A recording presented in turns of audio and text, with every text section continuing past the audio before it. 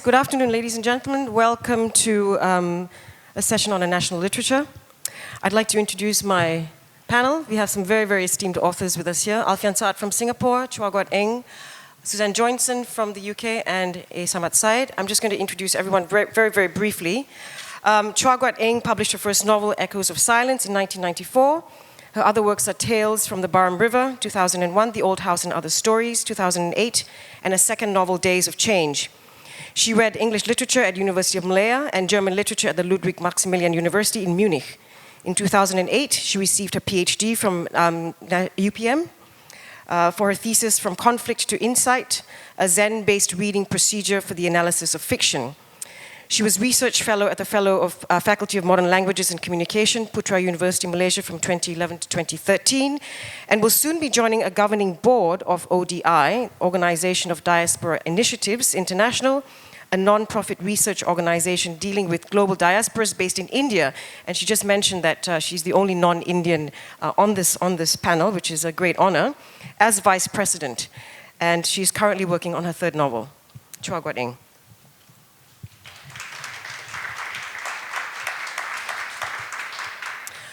Alfian bin Saad is a Singaporean writer, poet, and playwright. He is a Muslim of Minangkabau, Javanese, and Hakka descent. Alfian published his first collection of poetry, One Fierce Hour, at the age of 21. The book was acclaimed as truly a landmark for poetry in Singapore.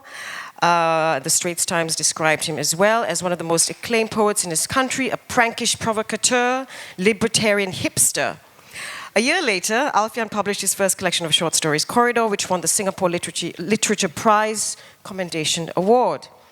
Alfian's plays, written both in English and Malay, have received broad attention in both Singapore and Malaysia. They have also been performed all over the world, have been translated into German and Swedish. His last play, Para, was staged for the second time in KL to critical acclaim. Alfian Saad.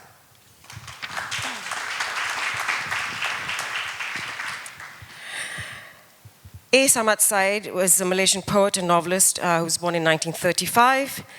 He was named the Malay literature communities in many of the he was named by Malay literature communities and many of the country's linguists as the Pejuang Sastra, literary exponent, receiving within the following decade the 1979 Southeast Asia Write Award, and in 1986, Sastrawan Negara, or National Laureate. In 1999, he was awarded the Sastrawan Nusantara, Laureate of the Archipelago.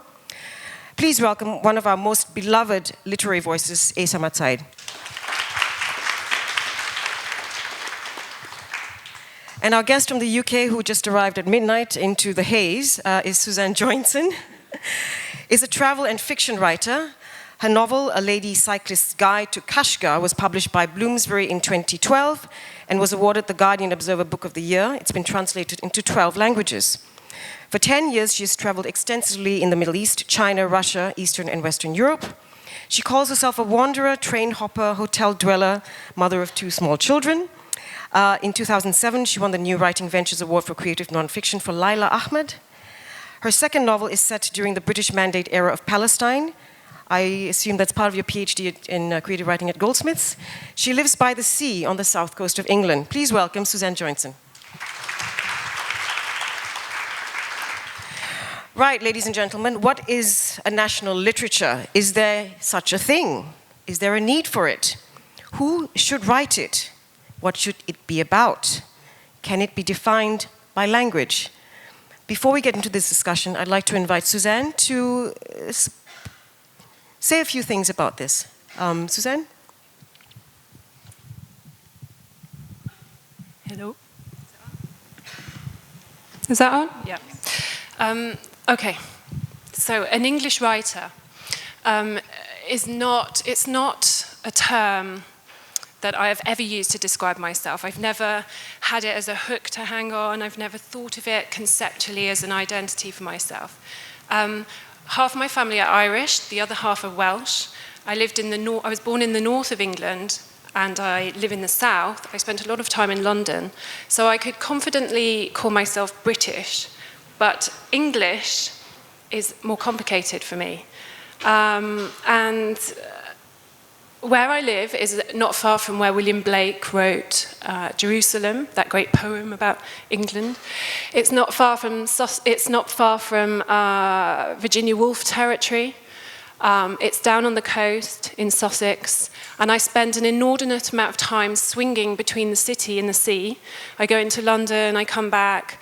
I'm not particularly settled in the city, and I'm not quite settled in the sea.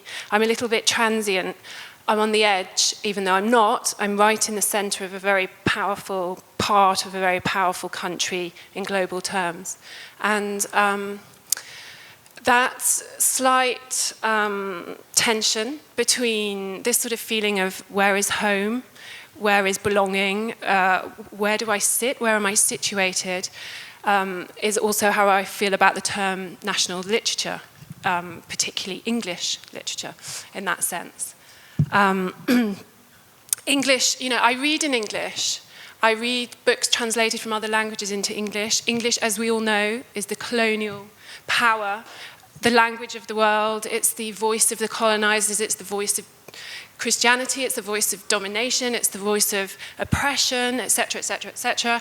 These are quite big shadows to cast upon a hapless young writer who is trying to just write a story. Nationality is about identity. But identity, when you hunt for stories, when you're writing, when you're a writer looking for stories, necessarily your sense of identity might become fractured. So I'm going to tell you a little story which will demonstrate how it feels to be an English writer with this great big weight behind one, but at the same time, how can you possibly write anything if you're dwelling on that? But at the same time, I do dwell on that. So it's a constant paradox. So I like to walk, and I walk regularly from Victoria Station in London, and I walk through a park called St James's Park to Soho, where I hang out with friends and cafes and things. And when in St James's Park, there's a lake, and there are 4 pelicans who live in the lake. I'm completely obsessed with these pelicans. I've been looking at them for about 10 years. They've been there that long. And there's a sign that says, "Do not, under any circumstances, feed the pelicans." And I assume that there's 2 male and 2 female. I've just completely invented that. And 3 of them hang out on this side of the lake. Actually, they move around. I've seen them in all over places. One of them, always on his own. And the pelican, the lonely, lonesome, sad and lonely pelican on his own, I think kind of a little bit, in an awful metaphor sort of way, awful metaphorically sort of way, is a bit like England.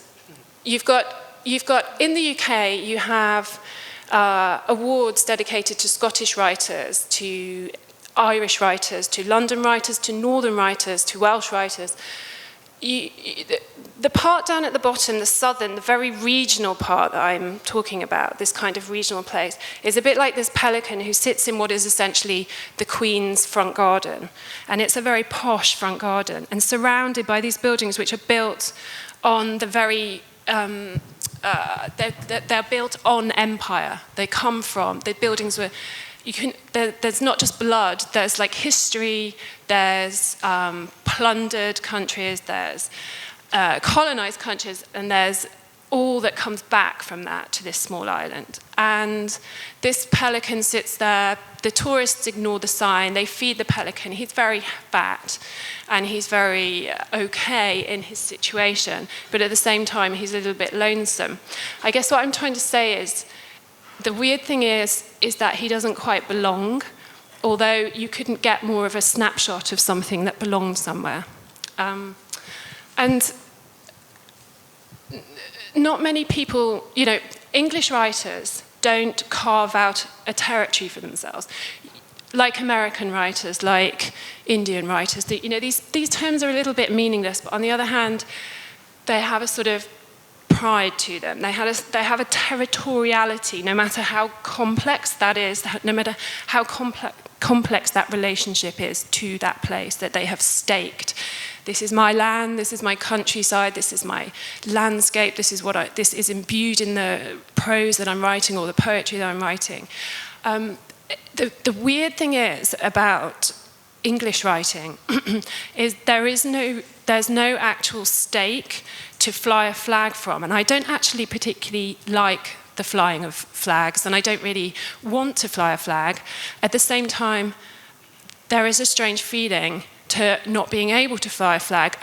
Essentially, writing one's own narrative is about, Janet Frame, the writer, described it as picking up a bunch of rags from the floor and putting them together and trying to find some sort of identity. Well, Englishness, somebody described it as a kind of a melancholy withdrawal from faith and empire. So it's in a state of complete identity crisis, but at the same time, it's still real, it's still a language that's being spoken, it's still there's still people there, I'm writing. My own novel is about English missionaries who went to China in the 1920s, and they went to Xinjiang province, they went to Kashgar, which is a Muslim part of China, and it has a historical bit and a contemporary bit. And I was looking at what would drive an English woman at that time to go so far away from her home place under these auspices of religion and this desire to convert. What does that even mean? Obviously, it's a failed endeavor. Obviously, there's a legacy left behind it, and I also try to sort of write about a contemporary version of that.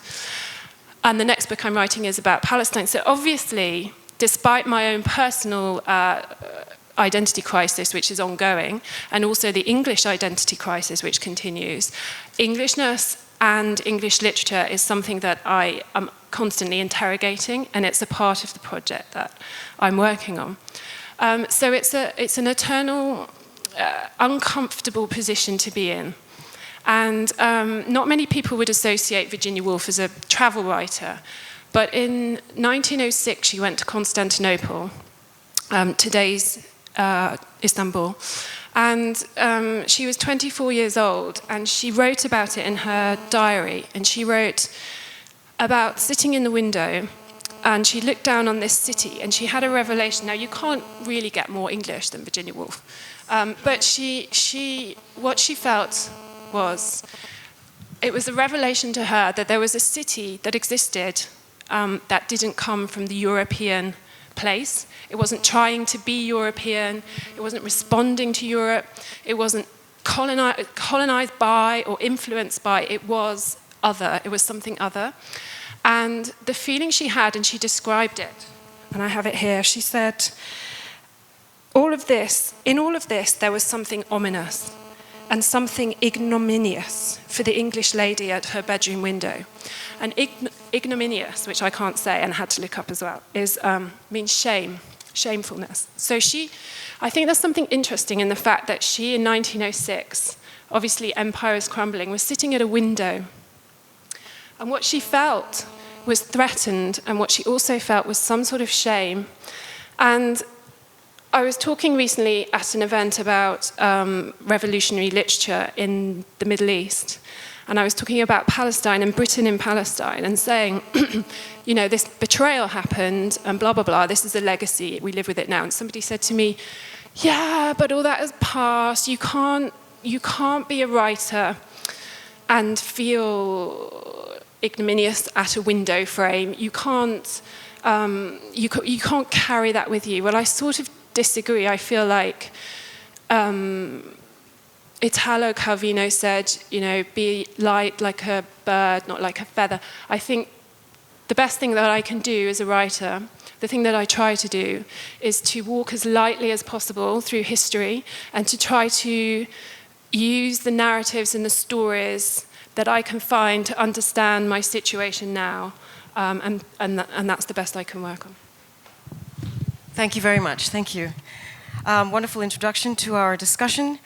You mentioned the word identity, and identity is crucial. In storytelling comes identity, and in Malaysia and Singapore, in this part of the world right now, identity is seen as either sacred or profane. I'd like to ask Alfian, you're a Singaporean writer, your work matters in Singapore. Now you're crossing the causeway, and your work is now starting to be part of our narrative. How can you explain that? Yeah, one of the things I like doing when I'm in Malaysia is to pass off as Malaysian, especially when I take taxis. So whenever they ask me, you tinggal kat mana, where do you live? And I always mention some friend's house and hope he doesn't ask more questions. So that, for me, the idea of Singaporean and Malaysian sort of national identity is very complicated by the fact that the two countries have had a shared history. And sometimes I think it's just an academic question, this idea of what is Singapore literature and Malaysian literature. I think, I am of the belief that they should be studied together, even though one can say that, currently there's a political divergence between the two countries, etc. But I really think they should be studied in relation to each other, together as a whole. So with this whole notion of passing off, actually, I've been writing a few plays, and one of them is called Para, and it's set in Malaysia. And I always get questions like, okay, you're Singaporean, and so what do you really know about Malaysian society? How authoritative do you feel, commenting on this society? And my answer has always been that I am convinced that both Singapore and Malaysia, there's so much cultural proximity between us that I feel confident about, commenting on Malaysian society without necessarily taking a kind of political, without taking the position of someone who's a politician, who I think understandably would take, certain sort of set positions when it comes to commenting about Malaysia. So for me, this question of am I a Singaporean writer or Malaysian writer even? I don't know whether as writers we have the agency to define these things for ourselves, because I think at the end of the day it's the scholars and it's the academics and it's the readers and the audience, I think, who will come up with these kinds of categories. But I think as writers, I would like to claim a certain kind of freedom in that, Of course, my passport and my identity card defines me as Singaporean, but if I write something about Malaysia and present it to Malaysian readers and audiences, am I able to somehow enter, as what Bernice mentioned, the Malaysian narrative, Malaysian discourse? Can I pass off? Yeah. Kuat, you've been an academic a scholar for a very, very long time. In the 80s, there was a group of scholars who started subaltern studies. And this was because, India and this part of the world, we were part of the colonies. So in order to understand language and literature, subaltern studies became sort of the catchword to look at narratives, to look at India, for example, to understand history through Marxist perspectives, for example. Do you think that we need to be able to, in this part in Southeast Asia, that we need to approach it in that way? It's okay, yeah? You can hear me? Right. Yeah, okay. I have to say that I really dislike this business of post-colonial theory and all that sort of, because I don't think it has anything to do with what writers feel or do. It's something that's imposed from the outside. They take a sociological theory and then they impose it on writers.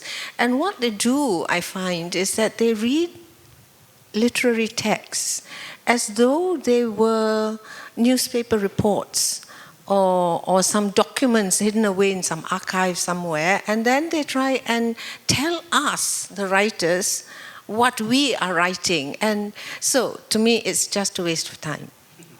And very often, these post-colonial theories, two very famous ones, the problem with them is that they write in such obscure, obfuscating language that, honestly, I don't know whether anyone ever understands what they're saying and whether they understand what they're extrapolating from those discussions. So, no, I have no time for that.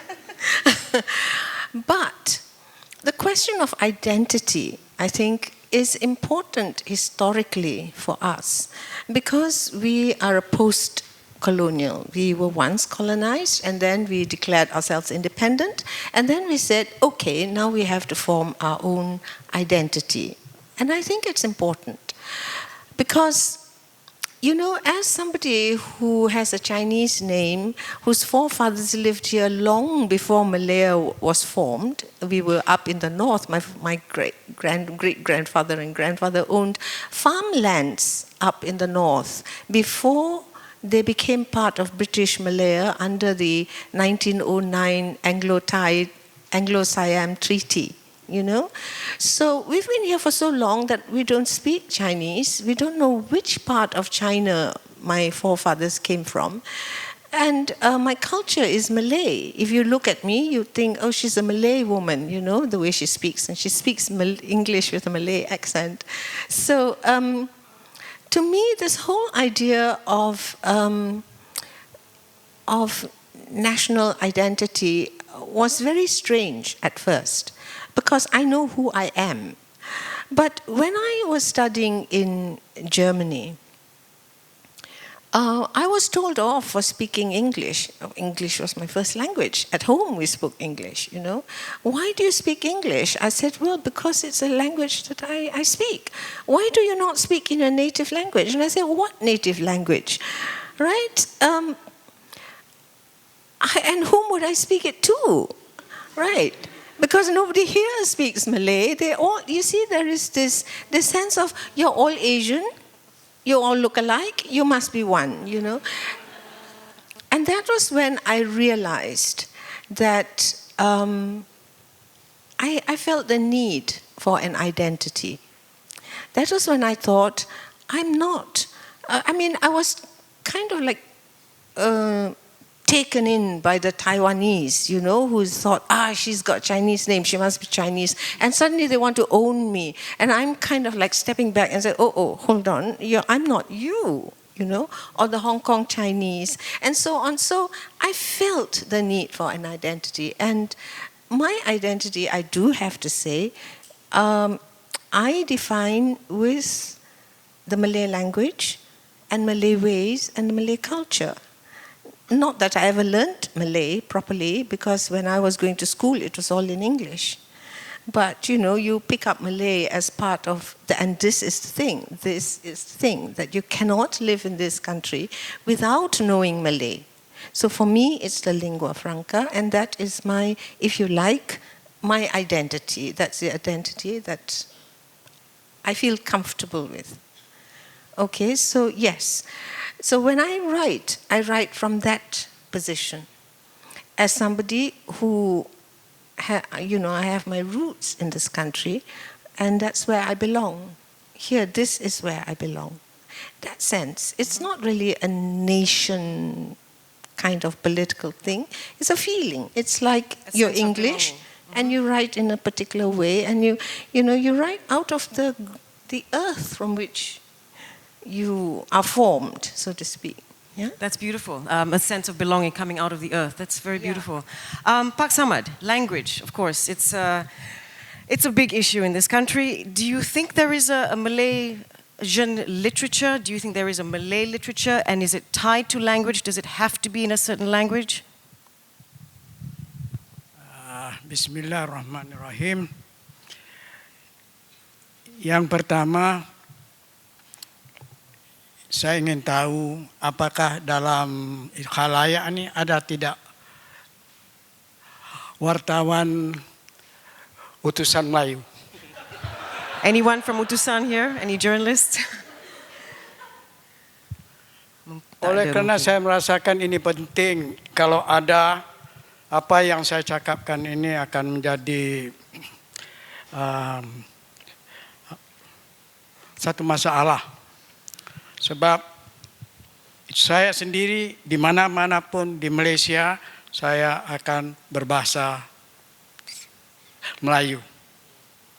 Jadi kalau di sini saya berbahasa Melayu, saya harap Anda semua itu agak paham. Sebab saya memang sudah didudukkan begitu. Jadi kalau saya berpisah daripada bahasa itu, kalau ada wartawan utusan Melayu, mereka akan mengatakan saya pengkhianat bangsa. Ya, saya tidak takut itu sebenarnya, tapi inilah realitasnya yang sedang berada sekarang. Anda semua tahu kita di Malaysia ini sudah ada 6 orang sastrawan negara yang tentunya semua itu bercakap Melayu, walaupun tidak berarti mereka tidak boleh berbahasa Inggris. Saya pun boleh juga berbahasa Inggris walaupun Inggris saya barangkali tidak sebaik Alfian. Tapi apa yang saya ingin mengatakan bahwasanya di Malaysia sekarang ini soal warga negara menjadi sangat penting. Anda yang berada di sini itu agak tahu suasananya, iklimnya agak sensitif sekarang. Kalau orang Melayu bercakap bahasa Inggris, ya langsung saja dianggap seperti tidak memperjuangkan itu bahasanya. Inilah yang sedang berlaku terhadap saya. Walaupun saya sudah tulis hampir 75 buah buku dalam bahasa Melayu. Dan saya masih juga diperhatikan apakah saya masih memperjuangkan bahasa atau mula itu agak melencong. Ini keadaannya sekarang yang saya ingin jelaskan. Jadi apa yang saya ingin menekankan bahwasanya realitasnya menunjukkan bahwasanya di Malaysia sastra kebangsaan itu adalah memang ditulis dalam bahasa Melayu.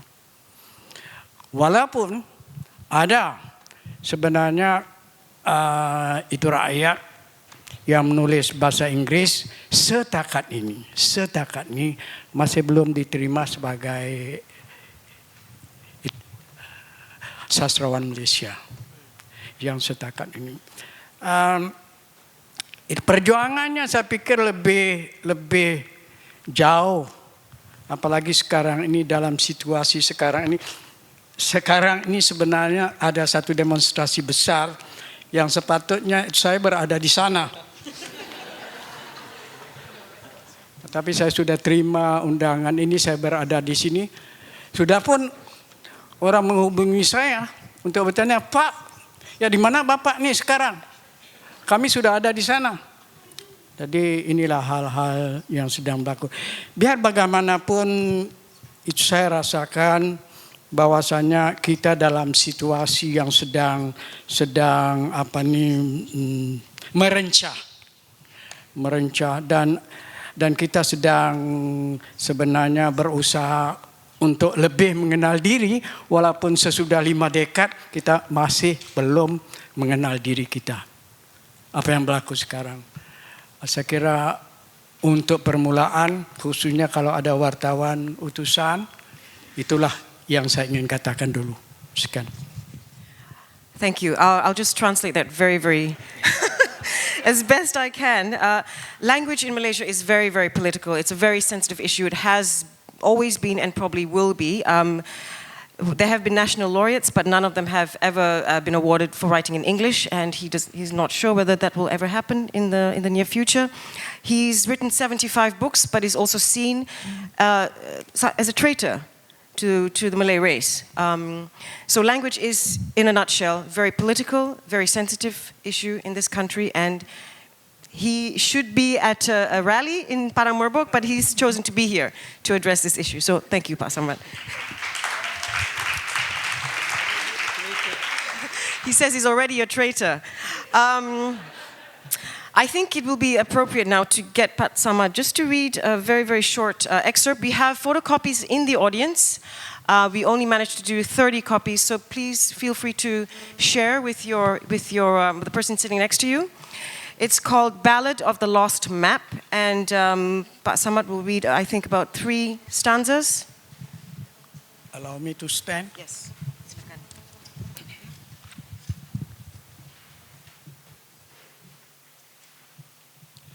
I wrote this.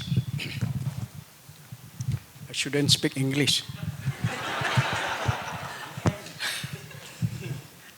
Saya menulis ini di tahun itu 80-an, waktu usia saya 51 tahun. Dan sekarang usia saya sudah tahun. I think the oldest here, maybe. Apa yang saya tulis ini ialah permulaan apabila negara merdeka dan kita sedang mencari sesuatu landas. Dan kebetulan saja saya berkesempatan untuk mengalami melalui rusuhan Natra di Singapura, dan saya juga sempat mengalami konfrontasi. Dari puisi saya ini ada kena-mengenanya. Dia menceritakan tentang seorang wanita yang suaminya berjuang, tapi suaminya itu merasakan dia masih bersalah, dan wanita ini coba untuk mewaraskannya. Balada Hilang Peta. Senja ini aku tafakur dalam pencarian, simpul dosa perlu dibuka. Aku ternampak alang-alang berahi segar atas banjaran keningau. Aku ternampak mega resa yang sesak, inilah sejarah dan kekacauan. Dan sepasang kasutmu yang hilang di bawah tangga aku jumpa. Bersama carik puisi yang sengaja kau sorot ingat. Kerana kau enggan ku jawab kemana seminggu hilangku dalam rusuhan Natra. Aku tidak dapat memudik sungai. Kau dilemaskan Faridil Atras. Dan kita bercakar, berhujah, bercakar, berhujah. 6-7 kali kemudi bahtera patah, kita hanyut dalam balasikawa.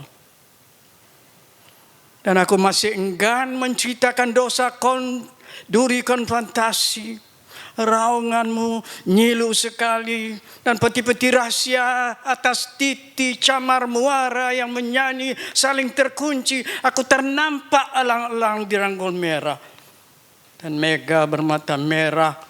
Langit terus berdarah, dan kita mula bertamsil murka dan enggan ketawa bersama. Kau hantar jeling api, aku menggelisah di surau sepi. Kau ulang berahi, atau aku mega sesak belantara yang misteri, dan pokok puding yang tersenggol patah mula subur hanya di luar rumah. Kau tak sedia terima kisah benar katamu, kebenaran sentiasa fana dalam dunia kita berdua. Kebenaran Tanjung Pagar tempat ayahmu maut di Selat Melaka, datukmu hilang. Ibu dan nenekmu mati di Sempang Regang, batinmu keyatiman. Kau tak terima kisah perjuangan selain pergulatan cinta kita. Kau seperti berzandi di atas bukit mimpi, melaungkan hikmah berpaut pada mega, melingsir di renyai malam. Dan kabus yang tersangkut di lereng sepi esoknya ku harap menjadi bunga falsafi. Aku yang mimpi. Kau tak terima watika, hayalanku katamu. Kau ingin perahu, kau tuntut layar, kau lupa kemudi. Kau ada kecapi, kau cipta lagu, kau lupa nyanyi. Kau sembunyikan semua kunci. Terima kasih.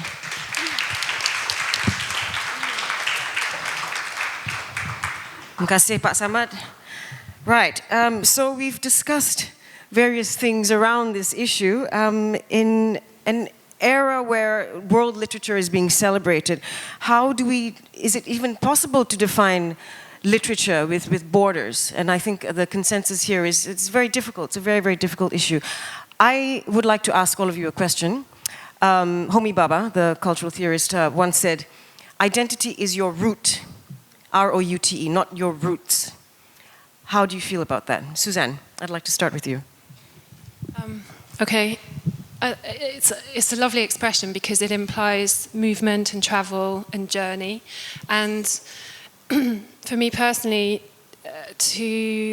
I understand and I have a viewpoint of myself and where I'm writing from when I am away from that place, which is partly why I'm drawn to airports and hotels and trains and things. That's a little bit to get away from my husband, I'm kidding. But to get that vantage point, the necessary sense of movement and transition and change is very helpful. My own understanding of roots with the double O, R-O-O-T-S, is an unsettled one. I don't really know where I'm rooted, but if I find myself in, a city, if I find myself in Shanghai or Kuala Lumpur or anywhere, I start to feel pretty English, particularly when I get sunburn. And my red hair gets a bit redder. And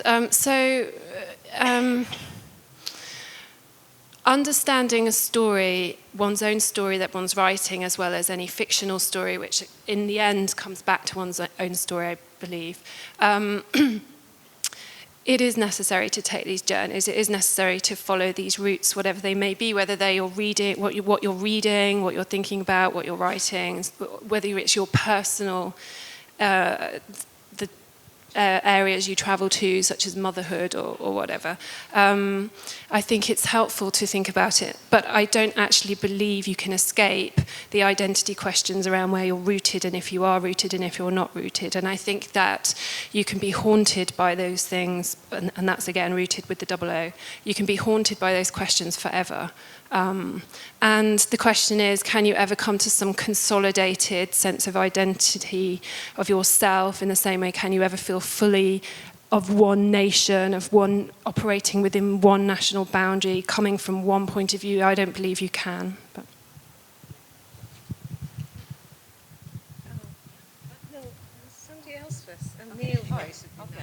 All right. Well, I completely agree with that statement. That sometimes the problem roots is that it's about essentialism, right? And I think Homi Baba was talking about celebrating hybridity instead, right? I think Rushdie said something about how Mongolization, all this mixing is how newness enters the world.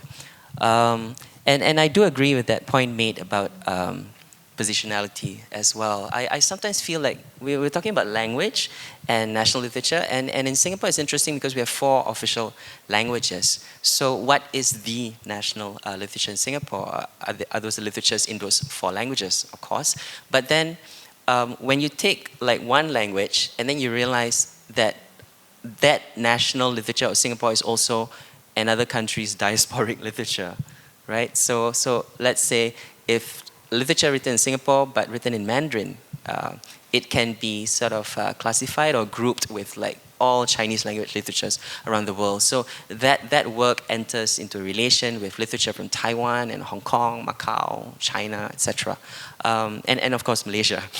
So I think this kind of positionality as writers, we should be very nimble in manipulating and negotiating these things. And sometimes not allow ourselves to, I think, be limited by these kinds of national labels. I'll give you an example. Like, I'm a Singaporean writer and I'm conscious of it when I'm overseas, and then I feel as if I have to somehow make meaning out of my Singaporeanness to a foreign audience. But at the same time, I realize that I'm not sort of mainstream Singaporean, in the sense that they will look at me and like, you're not Chinese, why? Do you also speak Chinese? And then some people will also ask, what else is happening in Shanghai? And I don't know. I am from Singapore, not from China.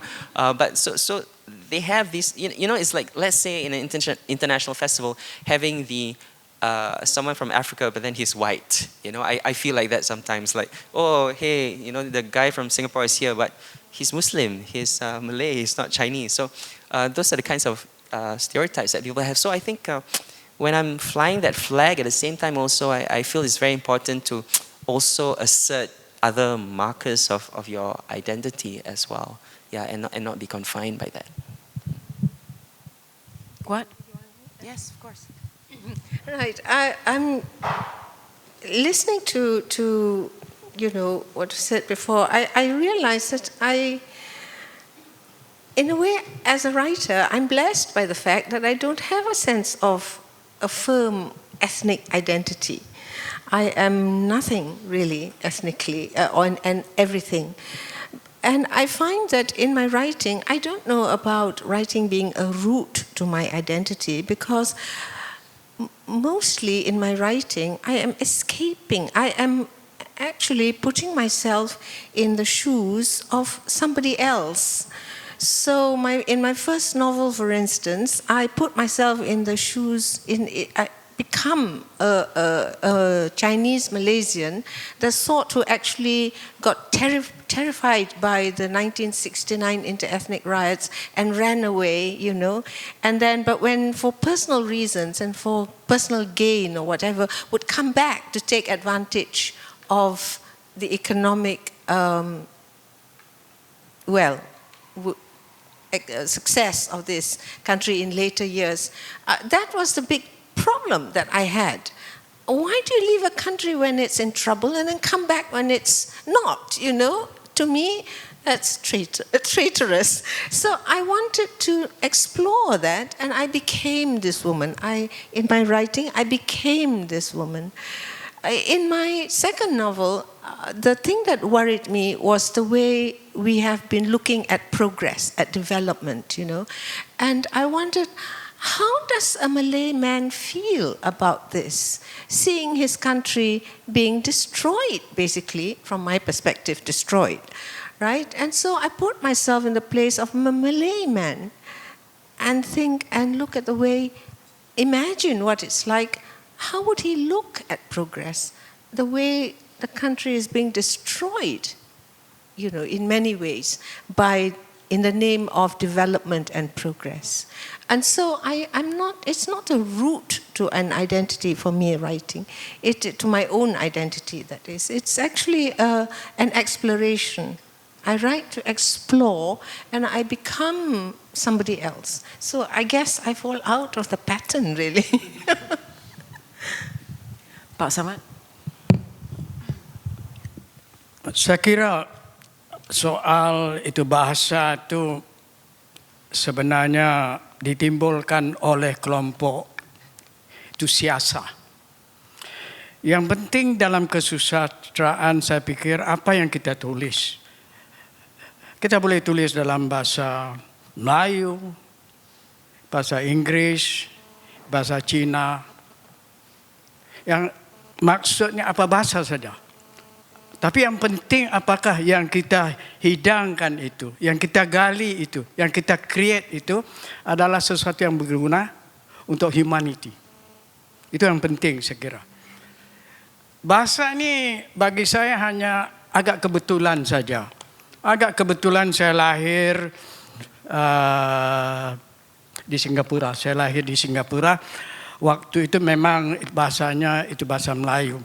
Dan Moyan misalnya dia lahir di negeri Cina, ya tentu saja dia tulis dalam itu bahasa Cina, kemudian baru dia tulis dalam bahasa Inggris. Dan kita lihat orang seperti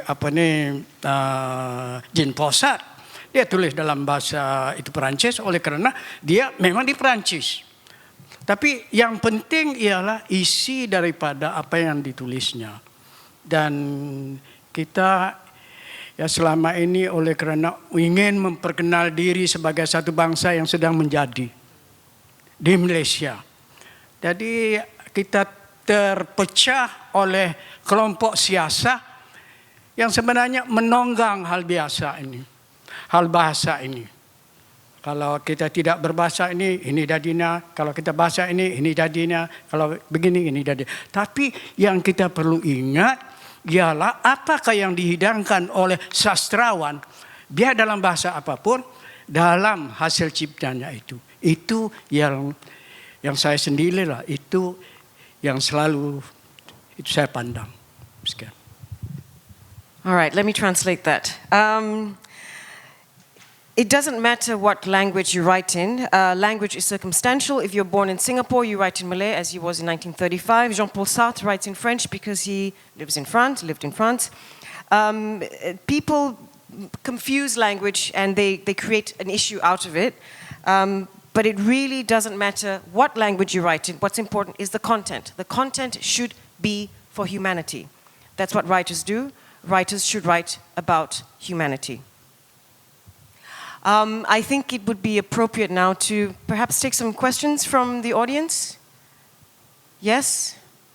We have a floor manager going around with some mics, so yes, we'll get to you. Hi. Could you stand up, please, Sure, and just tell us your name and who would you like to address the question to? I'm JOINSON. I sort of wanted to address something that Pak Samad said as well. I think that's a beautiful sentiment. But language is especially sort of political in Malaysia right now, and I kind of wanted more of a sense of what I think the writers of the dais think they're leaving behind in terms of a national language and a national culture. So when I was 5 and 6 and beginning to go to school, they were debating whether it's called Bahasa Malaysia or Bahasa Melayu. And Pak Samad paused in his opening statement. When he said Bahasa, there was a pause, and then he said Melayu. So why that decision to use that? And the thing is, now they're debating what word I get to use for God. So in terms of my ROUTE, an Indian, Chinese, Catholic, Malaysian, oy vey, I'm kind of, and I don't ask this to sort of be contentious, I really want to know what you think you leave behind for my generation. Puan Chua, I'm almost envious of yours because so much was not defined, and there's so many borders now sort of drawn up for someone like me. So, in terms of right to language based on ethnic divisions and right to words, and whether it is Bahasa Malaysia or Bahasa Melayu, what do you leave behind? What does your generation leave behind in terms of a national language, national literature, national culture? Thank you. Thank you.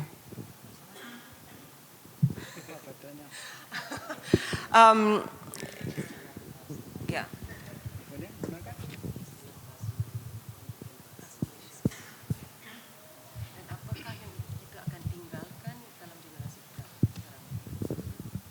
Saya pikir sukar bagi saya untuk menjawab soal itu sebab itu adalah bidang ahli bahasa sebenarnya. Itu saya sendiri terkadang-kadang tidak terjumpa istilah tertentu dan saya pinjam langsung daripada, kalau Inggris saya pinjam langsung daripada bahasa Inggris. Dan kalau boleh disunat, dimelayukan, saya sunat melayukannya. Tapi kadang-kadang benda itu agak sukar. Tapi mau tidak mau saya kira struktur bahasa Melayu itu pun sekarang sudah mula mengalir menjadi struktur itu bahasa Inggris. Jadi kita biarkan saja soal itu. Yang penting bagi kita menulis apa yang kita menghantar, menjelaskan apa yang sedang berlaku dalam iklim dunia kita. Itu yang penting. Soal bahasa ini biar dia itu agak waraskannya sendiri.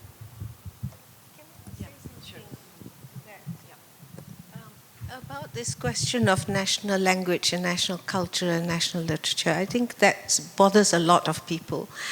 I do want to say this business of a national literature and Malay literature being national literature and the others not, right?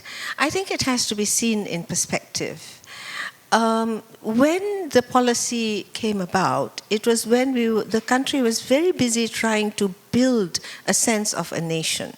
And one way to do that was following an old Western idea, actually, of having one language and one nation. A nation must have its own language. And so they had... So you see, the literature policy is a national language policy. It is not a racist policy. It tends to get mixed up. Because non-Malays, if they write in Malay, their books will be considered national literature, okay? And it isn't as though I have been, I would be put in prison for writing in English or anything like that. My literature, what I write, is English, and it is sectional literature. It is a section, very much like Scottish literature, for instance, or Irish or whatever, right? It is a section, a part of a nation. Now, the policy itself, I can see no problem with. I think it is the implementation and the interpretation of it. Some writers, perhaps they are upset because now they cannot be a national laureate because they're writing in English, get very upset about it, and they wage war on this policy. But I think they've got it wrong. To me, it's if you're living in this country, and I do take a dim view of people who go and live in other people's countries and want to change those countries. I do, actually, and I don't care which country they come from. You've got to adapt. And if you're going to play that game, then you've got to follow the rules. It's just, I'm sorry, but that's the election, right? I mean, you're making such a fuss about having got the most popular votes, but not the right number of seats. But you knew the rules of the game, and you played it. Therefore, you've got to live by it. Just sorry, is it too cricket for most people? But okay, that's the way I look at this national policy. The national literature policy. It is part of the nation-building thinking. But, and I think what's going to happen is that because concepts of nation are changing, people are moving towards a less language-based idea of nation, then it will change. And it must change. And it's not going to change because the government is going to say so, or some policy maker is going to say so. It's going to change because the writers are going to say so. So we now have lots of Malays writing in English. We have non-Malays writing in Malay. And it's all, everywhere we go. And we're now having a literature conference, right? A festival. And it's mainly in English. You've just got to carry on our own merry way and say, well, thank you very much. You keep that policy to yourself, yeah? Play your own game amongst yourselves, but we'll play our own game. And that's the way to go. And that's what we will leave for future generations. Yeah?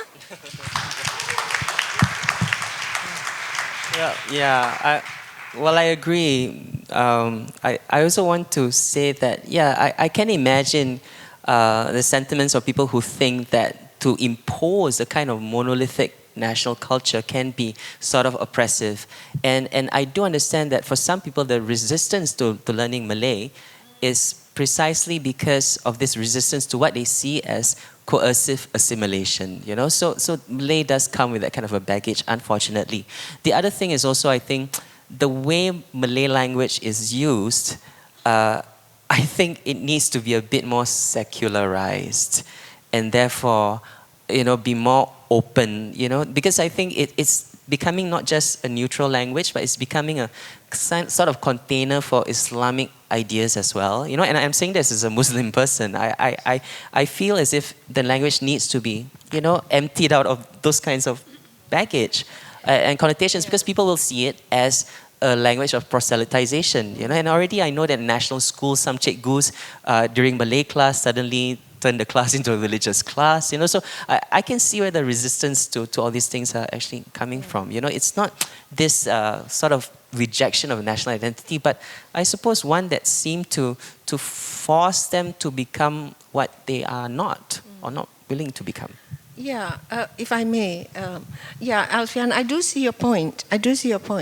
But I think it is important to also note that it's not just the non-Malays who feel this imposition of some kind of religious aura about this national language, because the Malays do as well, younger Malays especially, and they're answering back. They're writing in street Malay, okay? Look at the fiksi novels. They're writing in their own language, in their own Malay, and they're saying, enough of your Dewan Bahasa Malaysia, we don't want to do that. Because I have spoken to many young writers who have written in English, and I say, why do you write in English? And they say, well, Malay is a very difficult language to write in for literature. And there are so many things I want to express that I cannot in Malay, right? But now the younger generation of Malay writers and non-Malay writers writing in Malay are using Malay to making Malay fit their experiences. And that's what literature is, isn't it? Yeah? Thank you. More questions? Yes. Hello. Hello. My name is Ehsan. I just wanted to share an opinion. I think a lot of the discussion is kind of like centered around nationalism, the idea of a nation state.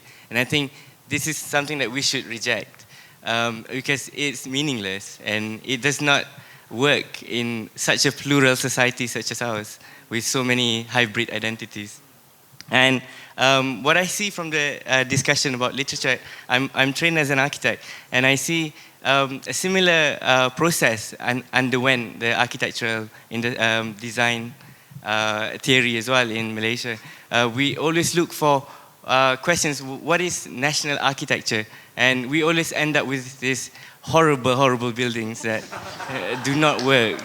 And because we are so eager to show this building is Malaysian, it's not Brazilian, it's not English, and we're independent. But what architects learn, these horrible buildings that we build that look like a 28-story Malay house or something, and it just destroys our culture, and it is a red herring. We shouldn't talk about stuff like that. But what architects have learned is we should respond to local conditions, local culture, local ways of life. And I think what literature, the Malaysian or Singaporean or Southeast Asian literature should do is do the same. Respond to local conditions, respond to local stories, local narratives. And it's hybrid, it's plural. There's no one narrative. It's too complex a society, leave it like that. They can't govern us, it's great. We should keep it like that. Thank you, absolutely. Thank you. Do we have time? Do we still have time? Yes? Okay. A couple more questions? Let's keep the discussion going. Yes, at the back, over there.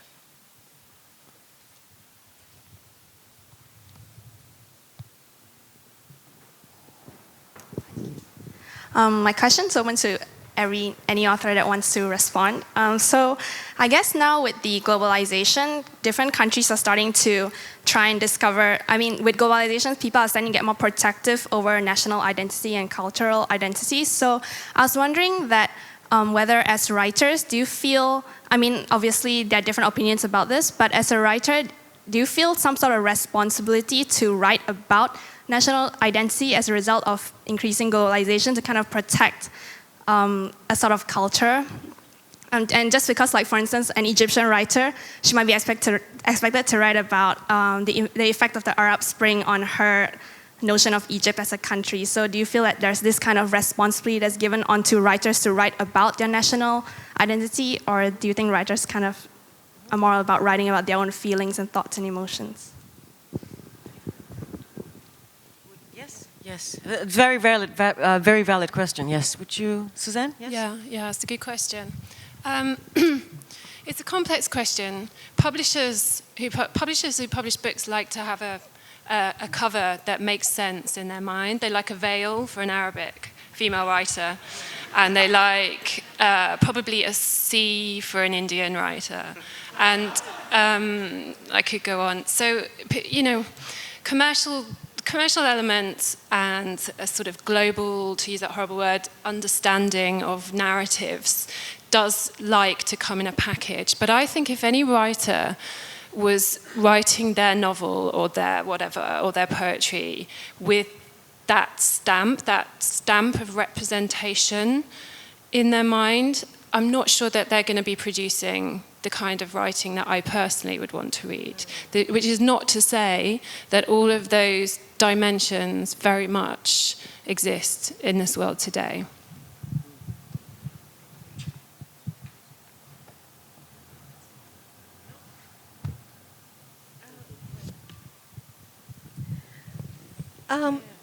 I do want to raise a certain point.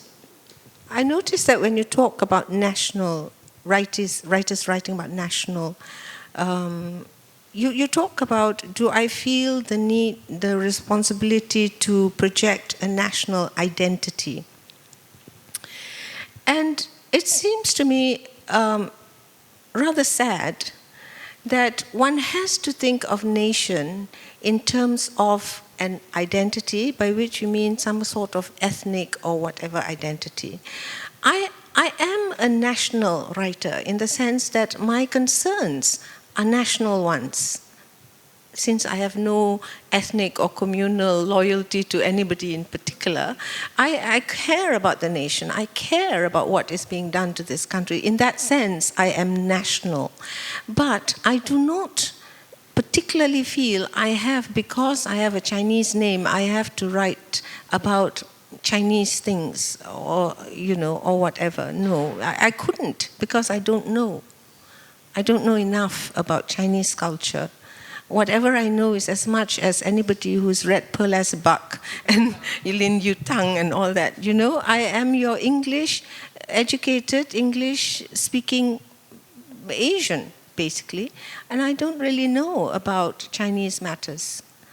And so, yeah, I think we need to move away from thinking about national literature as something that's tied to a language or an ethnicity. Language I can understand, because you need to stand out as being, otherwise how do you distinguish yourselves from the Filipinos or whatever? You travel throughout Asia or even Europe and you're taken for anything but a Malaysian, right?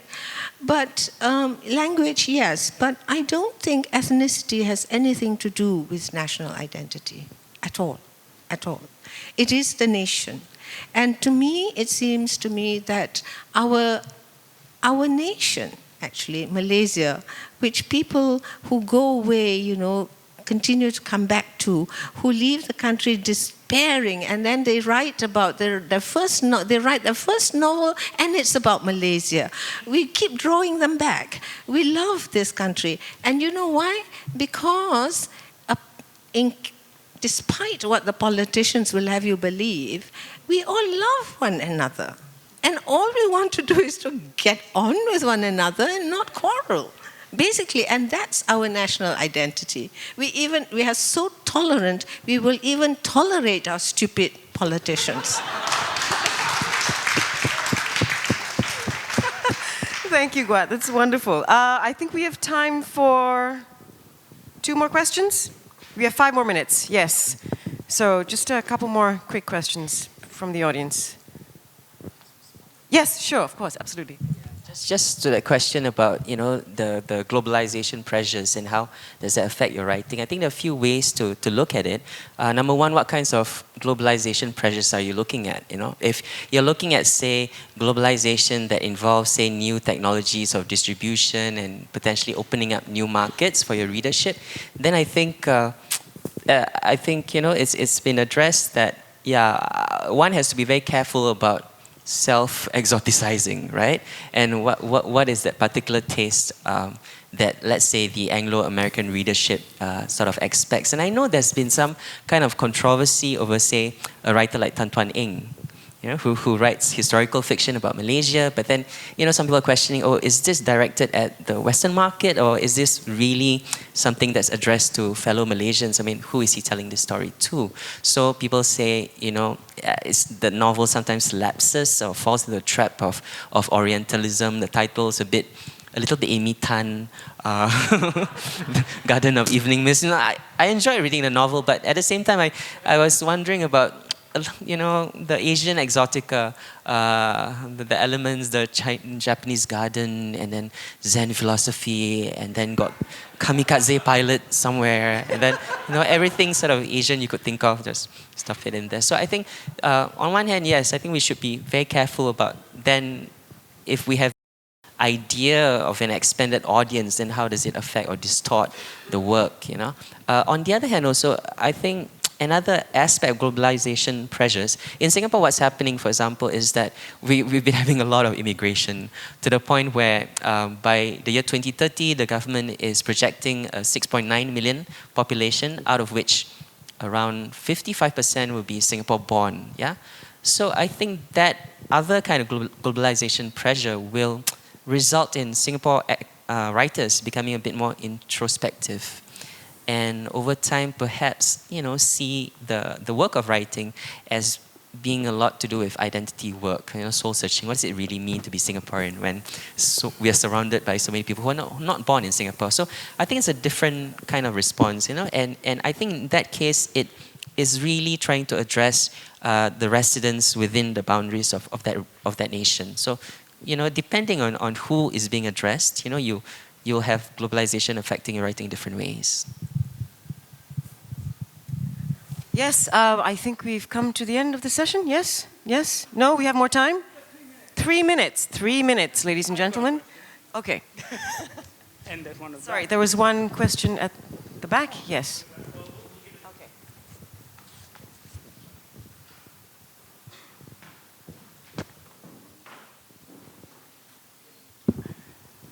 Assalamualaikum. My name is Khairul. I'm a writer, a non-fiction writer, and a lawyer too, and I write about law. So my problem is, it's not really a problem, and this is more about, saya sebenarnya ingin tanyakan Pak Samad. Saya seorang penulis yang menulis di dalam bahasa Inggeris, di otak saya bahasa Inggeris, dan saya tulis bahasa Inggeris dulu, kemudian saya akan translate saya punya work sendiri, sebab saya ada buku dalam 2 bahasa dan dua-dua saya menulis sendiri. Kebanyakan orang dia sebenarnya ditranslate oleh orang lain.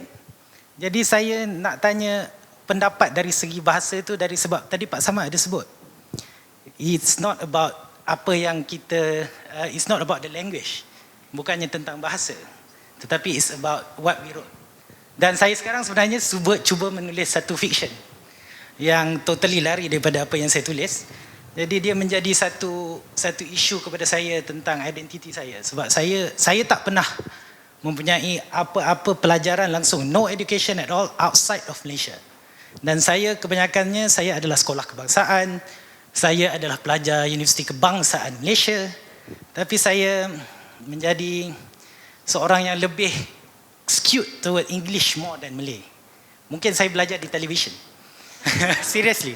Dan apa yang saya tahu sekarang, anak buah saya tak ada anak sendiri, kebanyakannya mengulang semula apa yang ada di TV. Dia selalu suka sebut apa yang dia dengar daripada Astro. Okay, jadi dia, adakah itu adalah satu identiti yang akan menjadi identiti kita nanti? Maaf sebab saya cacah merbah dari segi bahasa.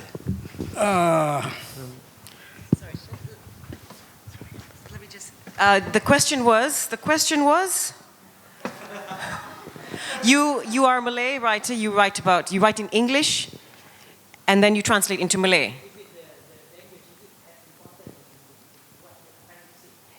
Is it as important as what you're trying to say? So do you have an identity crisis?